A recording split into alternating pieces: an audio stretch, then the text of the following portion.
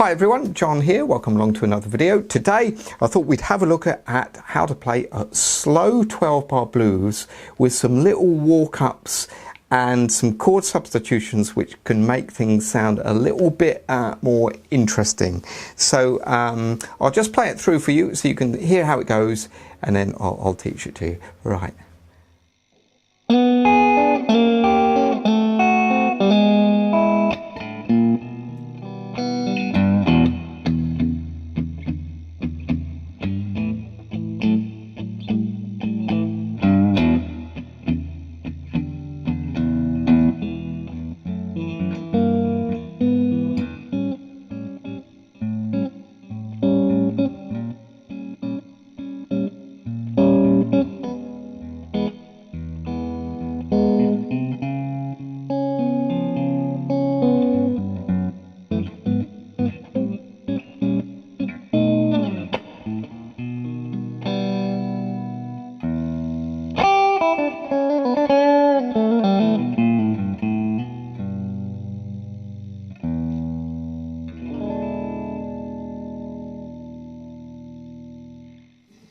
So the first thing I do here is I play a kind of a D7 shape on the 4th fret. So that's 4 on the G, 4 on the high E and 3 on the B. And I'm doing this. All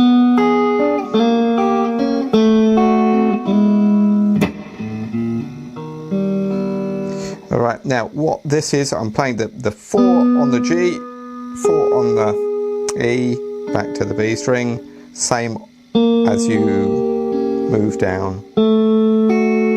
And then I do a little open G, and then I'm playing the B and the E with my fingers here. And then at the end, this is an augmented chord, B augmented, so you start open A, first fret on the A, second fret on the A, first fret on the D, and then the G and the B open.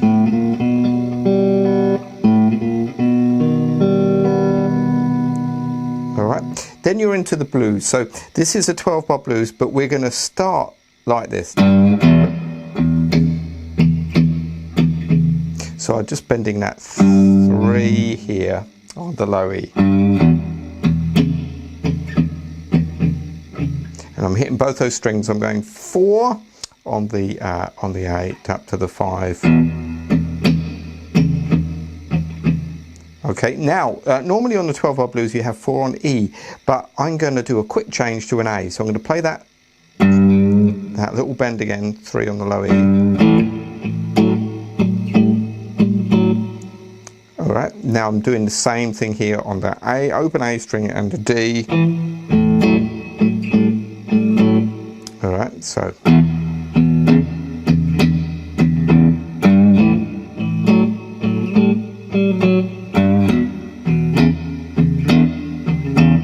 So what we've done here is we've played, should be 3 bars so far. So it's going to be 1 on the E, 1 on the A, 1 on the E. All right, now instead of doing another bar of that, what I do here is I do a little walk up.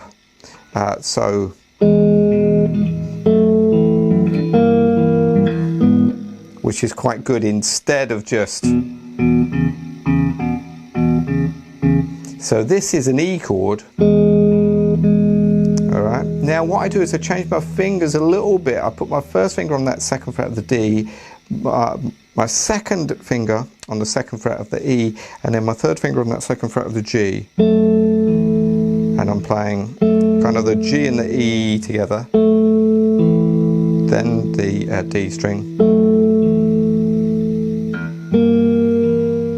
And then I move these 2 fingers up, the 2nd and 3rd fingers, up to the 3rd fret, and then leave that finger where it is, the 1st fret. So, and then up to the 4th fret. So.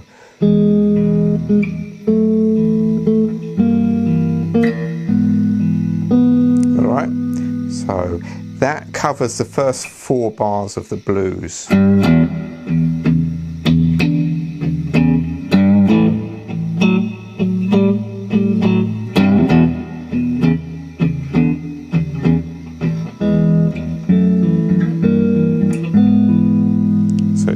sound a little bit more interesting. Now we're going to go to bar 4, which is an A chord.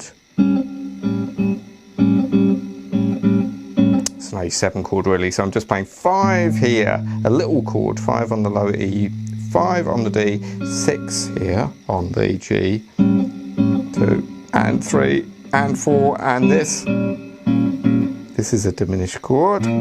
So really think of the A, you're leaving those notes the same, so it's 5 on the D, 6 on the G, but now you're moving this finger up 1, so it's on 6 of the low E, so and 3 and 4 and 1 and 2 and 3 and 4 and all right. Now normally we go back to E at this point in the blues for bar 6, and we are.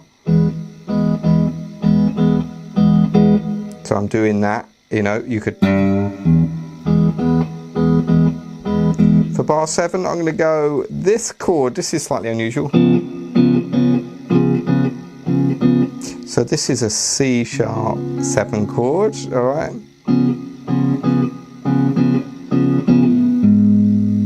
Now I'm going to move this finger up.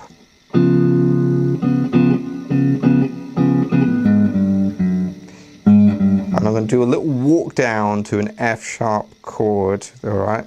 So this is, all right, so this is that 4th fret on the low E there. Then I'm going to go down to the 3rd fret of the low E, okay? Now, to finish off the blues, instead of doing that classic kind of turnaround, that 5-4-1, I'm going to do this.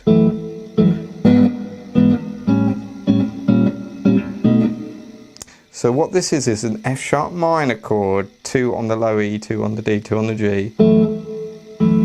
Alright, now I'm going to play an E over a G sharp. What that means is you're playing basically an E chord, 2 on the D, 4 on the G, and then I'm playing this G sharp note here, which makes it an E over G sharp. A7, that A7 chord again. A diminished.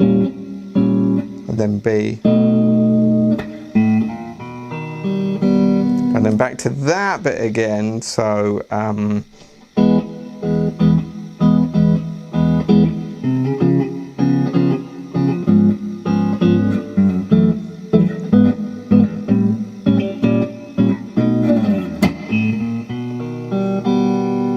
then I finished it with an open low E, and then I just did a little lick. Or something like that. So something in E minor pentatonic in the open position. That was 3. Same on the B, 3. Then hammer on 2 to 3, pull off. So 2 off to the open G. And then back to 2 on the G, 2 on the D.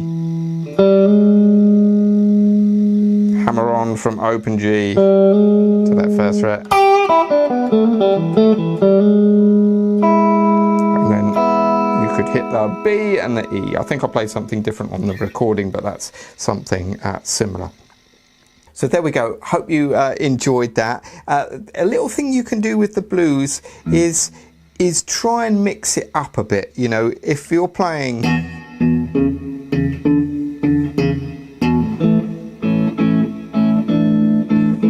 you can mix that between some chord bits as well, and it makes it sound a bit more interesting. And all those kind of substitutions I did, they were nothing really unusual. If you speak to a lot of musicians, they're very standard substitutions. So I wasn't doing anything crazily outside the box there. They're very common kind of substitutions. But sometimes when you see people play these, you think, what's going on there? It's like a mystery, you know, because I remember when I was learning, well, I'm still learning, but you know, you go from this, and I could do that. But if someone was doing this, I didn't know what was going on there. But anyway, have some fun with that, and let me know how you're getting on in the comments below, and I'll see you next time.